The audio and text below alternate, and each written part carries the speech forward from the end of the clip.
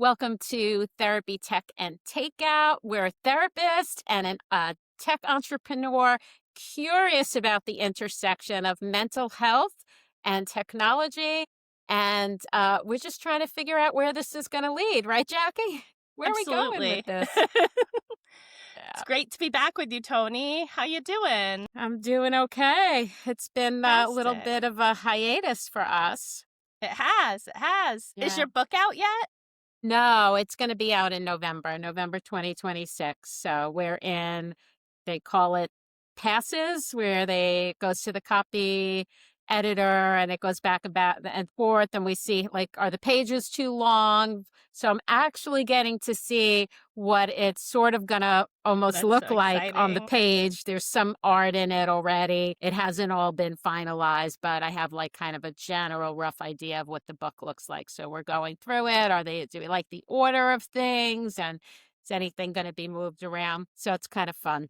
That's awesome. I cannot wait to check out your book. I have to give a plug for your blog as well on your website. I was reading one of the posts you had put up on Instagram or whatever the other day, and I was like, oh my gosh, I love your blog. Everybody should subscribe to that. We'll put a link to it in our episode notes. Thank you. I'd love that. I'm having guests come on that. I think that doing the show here with you has inspired me to really just seek out some more experts. And I'm curious about topics, and I can't write about every topic, or I could, but I'm not an expert. So I love being able to go and find experts and bring them and have them write articles. So we're doing lots of different topics on mental health and on therapy, and everyone's really doing like kind of informative pieces, like, here's a topic you might not know about, and let me share a little bit more about that, like nature and healing. And Yeah. what, I do somatic therapy. People are like, what is somatic therapy?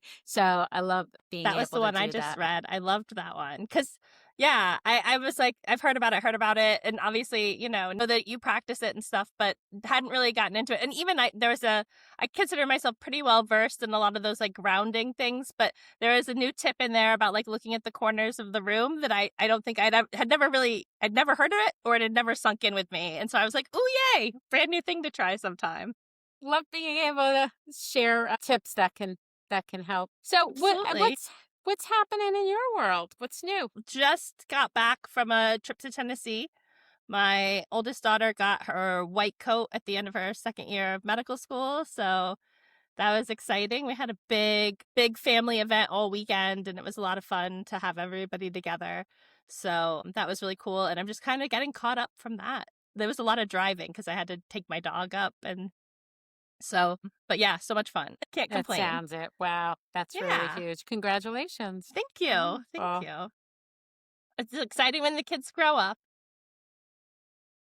It sure is. Well, I'm excited to talk to you today about our topic. It's a little different than anything we've touched on before, but definitely has intersections. Today we're going to talk about AI and intimacy, and if how AI can help identify, but perhaps escalate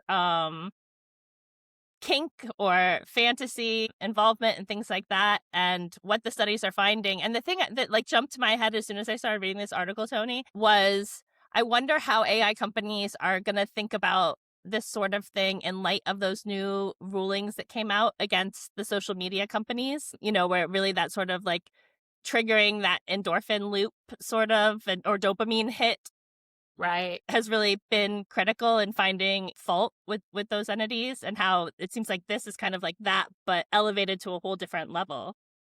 Right. Good point. I mean, that the ruling is going to set us up for a road that might look very different. And that's hopeful, because it might look like more safeguards or more intentionality in how things are being put together, and maybe even more information for people who are, using AI and how they're using it.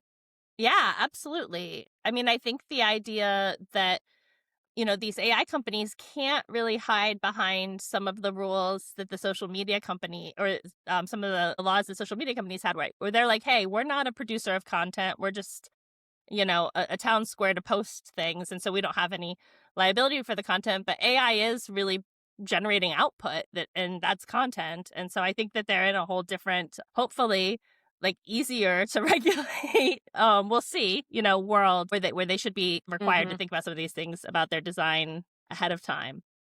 Yeah. But I guess, time will tell how that all works out. Well, as a other aside, I mean, I think it was just recently I'm slipping on that word. Anthropomorphized? No, Or anthropomorphic. Yeah. Yes, the company.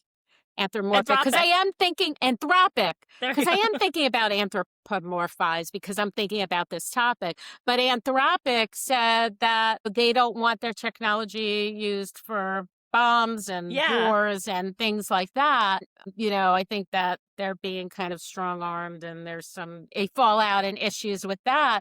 So it's like, well, who owns it and who gets to police it?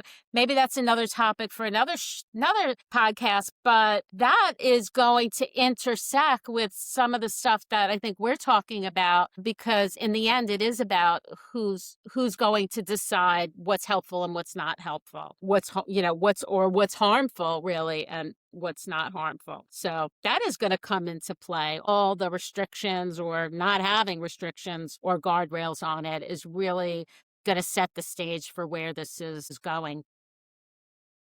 Yeah, and I think the thing that I found, and just so we'll drop the link to the article, but it's a New York Post article called "AI Sex Bots Can Fuel Your Kinks and Freaky Fantasies Faster Than a Human Partner," new study. But I mean, it makes sense, right? That there is this since there's no emotional processing involved on the AI side, that it escalates and moves things along faster. What does that do?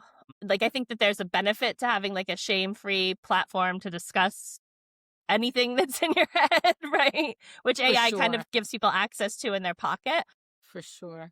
But I think that the idea that if it's not challenging you and there's no pushing for you to regulate within it and things like that. I mean, I think that that's really scary. And when you think about how hardwired sexuality and those things are into our animal brains, it's pretty scary to think about. Yeah. And could be this reliance on this companionship or this intimacy that it's kind of a slippery slope that I think we didn't realize we were getting into this area of romance and sexuality that's AI generated or, kind of AI partners, because it was a little bit insidious. You start talking to your chatbot because it's non-judgmental and that feels good. It kind of creates some intimacy because you can be vulnerable and you feel like you can say anything. And I feel like it's no wonder why we're here, you and I even having this conversation, that people are really connecting and open, and there's some upsides and there's some downsides, I think, to what's happening in this in right now.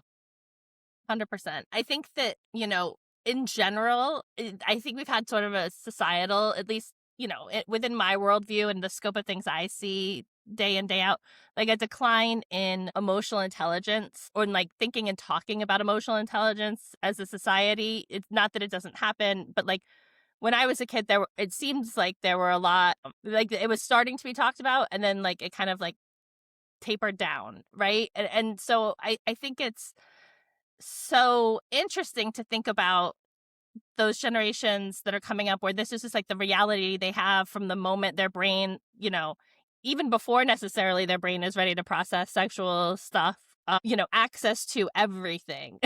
I mean, it's just kind of mind-boggling to think how that's going to rewire your desire loop and your ability to connect and your interest in connecting with people. If you have a frictionless experience over here with an AI that gives you what you want and can predict that versus a person that's clumsier, and less straightforward, right? Because it's two people figuring something out. I think it's wild to think about how that could rewire our brains and how we think about things, for sure. How do you think about, one of the other things I thought that was really interesting in this article was the idea of people having couples bringing in a third person via AI to their relationship. I thought that was interesting because it hadn't occurred to me before I read the article, but of course. few things didn't occur to me before I read this article. It's a little eye-opening. Yeah. Fair. Yeah. But yeah, I was like, oh, couples using it together. Yeah. yeah, I was like, it feels different. It that feels feels like different. Yeah. that feels Because you're different still than emotionally connected to a person. because there's still kind of an emotional connection. It feels like there's choice about that. Right. You have somebody else in the room who might limit you or want to explore with you versus kind of what you were talking about, like you can get fed it all at the same time. Which Yeah. doesn't feel healthy having Right. kind of it all without having some vulnerability that feels like it's seen, felt, heard, and negotiated or Yeah. something. Like that feels like a process that leads to growth in a relationship. Yep. And that doesn't have the opportunity to happen here. I mean, for people who are lonely, having a chatbot can mediate some of that loneliness. And that's really great, like to have someone who's non-judgmental. But I think it could lead to a reliance on that kind of relationship. And that person will miss out on the co-creation of a true relationship where both people can grow together. I don't know where I was going with that, but kind of that was the thought that came out of this, like just getting fed this. And I think like a couple with a third party that's an AI bot that can look very different because they're still probably mediating their relationship, like and negotiating. Yeah, you have to still like your mind has to hold space for that. There's another person here, and that like you have to like there's boundaries with that person, and like you said, it has to have that like communication about and like consent and negotiation and all of that stuff that you don't have with an AI with a when it's just a person and an AI. So yeah, I thought that was really interesting and perhaps like a real useful or valuable way of using this stuff too for people. Could be. Yeah. Right. You want to hear like my thought of like what I really think is the worst part of all of this? I would love to. It's really the unrealistic expectations that we will have, people who are using this will have for other human beings. Yeah. Because they've experienced this non-judgmental, very open, here you can get to do whatever you want kind of scenario. I think that really provides unrealistic expectations for what relationships look like in the real world. And if you don't get that, then there's no immediate gratification. So you're not going to work on it. You're going to look for somebody else. You're just going to keep moving on, trying to find something that matches that. And if this feels or sounds familiar, I mean, I think this is kind of the case against porn. Yeah. For a lot of people that, like, porn's your thing, not a problem there. However, one of the arguments for porn is that it can set up unrealistic expectations, and women certainly talk about that. Feeling like they're not measuring up to that, feeling like their performance, they have to live up to that kind of performance, and who can. So I think that's really my biggest concern. And it matches what we're talking about in social media and technology with people being fed images that look like perfection. Right. And unrealistic expectations. I mean, I think that's one of the biggest issues. And then the other one is ethical and privacy concerns, because here people are sharing their deepest, darkest secrets that they don't want anyone to know. But like, who's got access to all this data? It's out there. Yeah. Yeah. I think that's wild to think about for sure. Well, and how vulnerable, like, God forbid that information got out, especially if it were related, to children and things. I mean, it would be hard for anybody. But, if you think about kids and stuff, I mean, that's just really upsetting. I have a friend whose daughter was recorded doing something and it got spread around the school, and how super damaging and hurtful and harmful that was in the old media space. Like I can't even imagine that in this new media space as well. And I wonder too, like, because it's so easy and because it's accessible and it's there all the time, we probably need to be teaching people, more about how to like set boundaries and identify and value the interpersonal relationships and things like that. Because it seems rife for encouraging undesirable behavior, for sure. Yeah. It's interesting. Do you remember it? Because it also is like, as it ties into the porn conversation, it also ties into that like edited images thing. And like, I remember sort of an early analog version of that was Jamie Lee Curtis when she did the cover of some magazine. I think it was her with no makeup and no photo retouching. And it was just like, this is who I am. This is what I look like in real life, Right. and then they showed like what they would have done to it to make it look different, like and it was Yeah. wild, because you were like, oh, she looks great. Like, or, and then you're like, but all those things I would never have noticed. Yeah, I get why. That's so harmful. So I remember being, at some age and seeing that comparison, and it was really quite shocking. And yeah, now it's like everything is kind of like that. Yeah. Yeah. So, like the next kind of level of concerns, and not necessarily a lower level, maybe this is an even higher level of concern, is what you're talking about, giving people freedom to do things that they wouldn't normally do in real life that might be illegal, Yeah, right? absolutely. Like Or get them because even like it's feeding into that, and like that it if they feeds express into an that. interest in something like, whatever that's not illegal necessarily, but is borderline, and then it gets fed and fed and it Hmm. degenerates down. Perhaps I don't know how much Right. of that type of thing can be influenced versus not, but Right. yeah, But acting it out might loosen people's inhibitions to yeah, actually move in the kind of that realm. We know, for example, people who abuse their partner verbally or physically, that it's going to escalate if it doesn't get stopped. There's a trajectory there that happens. So what happens with this kind of experiments that people might have that yeah, could escalate, and what happens when that threshold isn't enough to fill kind of like that desire or that need? Will people move to kind of the real thing, yeah, harming other people? yeah. No, Yeah. 100%. I Yeah. hadn't even really. I had thought, like, go to servers in other countries where it's not regulated, but like the real harm content exists also, and maybe that's easier to do. Hmm. Also, different Yeah. kind of What horrific. and yeah, and are there guidelines? I don't know what the restrictions are on this, but are they Yeah, can you what if you could create your own character? yeah, Are there guide rails that say they only have to be adults? They yeah. must be adults. Right. You get what I'm saying here, Yeah. right? No, 100%. Right. Like, So it's yeah. Yeah. Did you get that sudden ick feeling? I did because the potential is there. I mean, if they could change images of yeah. people and kind of do Right. anything. Anything they want. Yeah. Yeah. Yeah.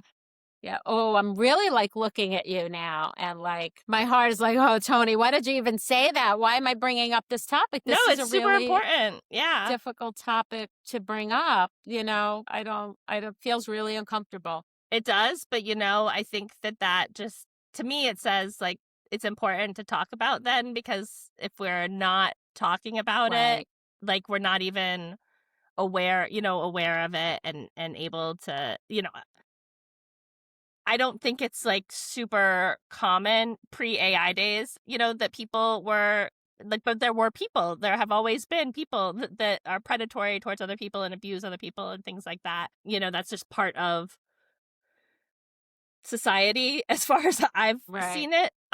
But like, it's concerning to see how this could push, or like, what if like you're a child, or like you're a 16-year-old kid and you're on here, like, are you forced to interact with adults? Or are they letting you interact with children? Or Oh, yeah, yeah, like neither yes. one of those. Yeah. We're getting into like real kind of icky stuff. Yeah, There's the objectification yeah, of people. people. Yeah, wow. Wow. That Yeah, can move into real life. I real mean, harm. we real harm, real harm. So I don't know if we know. And the thing is that we don't know Yeah, because we don't have enough of the long range outlook on this issue because right. it's so new and it's a moving target. We don't know how it's going to affect the future. Yeah. Or, Well, it you was know, like, interesting. I was watching a show over the weekend, and one of the characters, their partner had died. And so they were a tech person, and so they were interacting with like an AI, version of their partner, and like it was kind of keeping them from like moving forward in life, and while that's like not exactly this, but it is along those same, that emotional intimacy and things like mhm. that. And then you have it not from your actual partner, but from a version of your partner that like never pushes back and never has their own boundaries and those types of things. Gotta think that's gotta be unhealthy for our brains in the long run. Yeah, because it sets up something that's not reality. As people, we are built to socialize and to be social because we needed to be. I mean, it's a Yeah. part of the evolution of our species. If we were little babies who were left in the middle of the, kind of the forest and no one took care of us, we would die. So Right. we had to do the things to like connect. Yeah. And there's no actual person that you're connecting to on the other side. And the other thing is our nervous systems talk to each other. Yeah. We just did that. I saw your Right. face. I was like, oh my gosh, I know what I just kind of said Right. to Like, Jackie. yeah. Right. And I know what that felt. So our nervous systems talk to each other and we can co-regulate how, so Right. we Instead of can help pushing more, each. you can use, yeah, there's like it's a back and forth. It's a back and forth and a give and a take, which is important because it leads to growth. I guess like that's kind of like the bottom line for me Yeah. is in terms of as human beings, you hope for growth in yourself, in relationships, and kind of movement forward. I think it could really like keep people stuck. It can provide a really great way to cope with loneliness. I mean, we live in a society where there's an epidemic in loneliness and Yeah. isolation. We felt it during the COVID pandemic. It hasn't gone away. We're still kind of a society that is very lonely. And I don't think it's any coincidence that this use for AI came out of it, right? Right. Yeah, Because it absolutely. needed to. But a coping mechanism is just that. Like the hope is then you kind of are able to Right. move Get past it. to get past it. Yeah. Yeah. To move to something else. So I think that we can have a over reliance on this Huh. and that could change our human to human relationships in so many ways. Yeah, absolutely. I think that was probably my favorite takeaway from all of this is that like the complications and the pushback of those human relationships are really what pushes us to grow. That act actively avoiding that is really doing yourself a disservice. But I also do think it exists now. It's out there. These Yeah. things are there. Like I don't think we can like stuff it back into Pandora's box completely.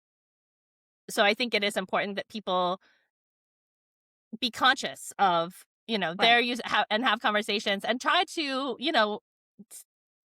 reorient how you're valuing those types of things. It might, like you said, there are plenty of cases where it's useful and helpful and can be a Mm-hmm. crutch that's less harmful than other things could be. But over reliance and not pushing forward at after a certain point, it's just not useful and then becomes detrimental and maybe even really really gross. Let's hope not. But Let's hope yeah, and not. then think about your data and everything, and who knows what's happening to all of this stuff Yeah. and who owns it. And I mean, just the nightmare of all of that is a real scary thing to think about. That keeps me out of it. So hopefully thinking about those things will help other people Mm-hmm. avoid putting too Mm-hmm. much out there as well. Mm-hmm. Yeah. I mean, I think we want to balance. Like, we don't want to shame people. I Right? mean, Yeah. I wouldn't want to shame anyone who's going I forget what the replica or like But whatever yeah. some of the sites are where you can find a companion Yeah. like this. There's no shame there and there's no judgment. People may want to experiment and try things out, but to what level are you relying on that versus having relationships outside of Yeah. that? Just like anything, we were talking about like food for the brain. You're getting too much of it, you're like, too soon, Yep. especially as children. You Yeah. can't absorb that. right? And I think the same thing with this. If we're only doing, if you're only doing one thing anyway, and it's to the exclusion of everything else, that's not healthy That's either. not healthy. Yeah. Like no matter what it is, even if it's eating salad or something, right? Like, running is great, but running a marathon every day is not.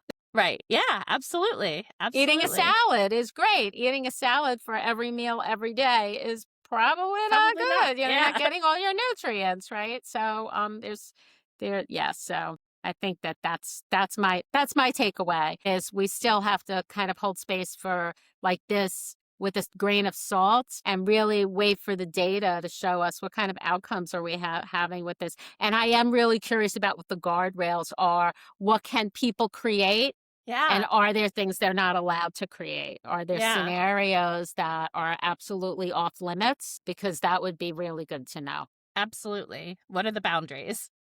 Let's bring some boundaries back into the conversation, right? That's right. 100%. Yeah. No, I like that. And I appreciate, you taking the time to help me sort of break some of this down and think through it. Cause it's not as straightforward as you would maybe think about, like these things definitely they touch so many different aspects of us because it's so core to our humanity, I think. And so there's not like a formula that works for everybody, and I think it's just important to be aware and to find balance and to be curious about what you're doing and not shameful, and hopefully and understanding if you're interacting with AI because you're looking for a neutral space, like there's other places where you can have that neutral space also, and maybe trying to find a balance where you're not getting all of it from AI and you're balancing it with other therapeutic relationships or group relationships or whatever it is, but like something else as well, I would say. Right. Love that. Love the balance. Yeah. It was great Awesome. talking to you about this Yeah, topic. so good to catch up, Toni. I appreciate it. And I'm really excited for next week. Yes. Next time will be We're fun. going to have an awesome guest for you guys. Yeah. Looking forward to that. All right. Well, fantastic. Take care, and we'll talk to you guys next week. Take care. Talk Bye-bye. soon. Bye.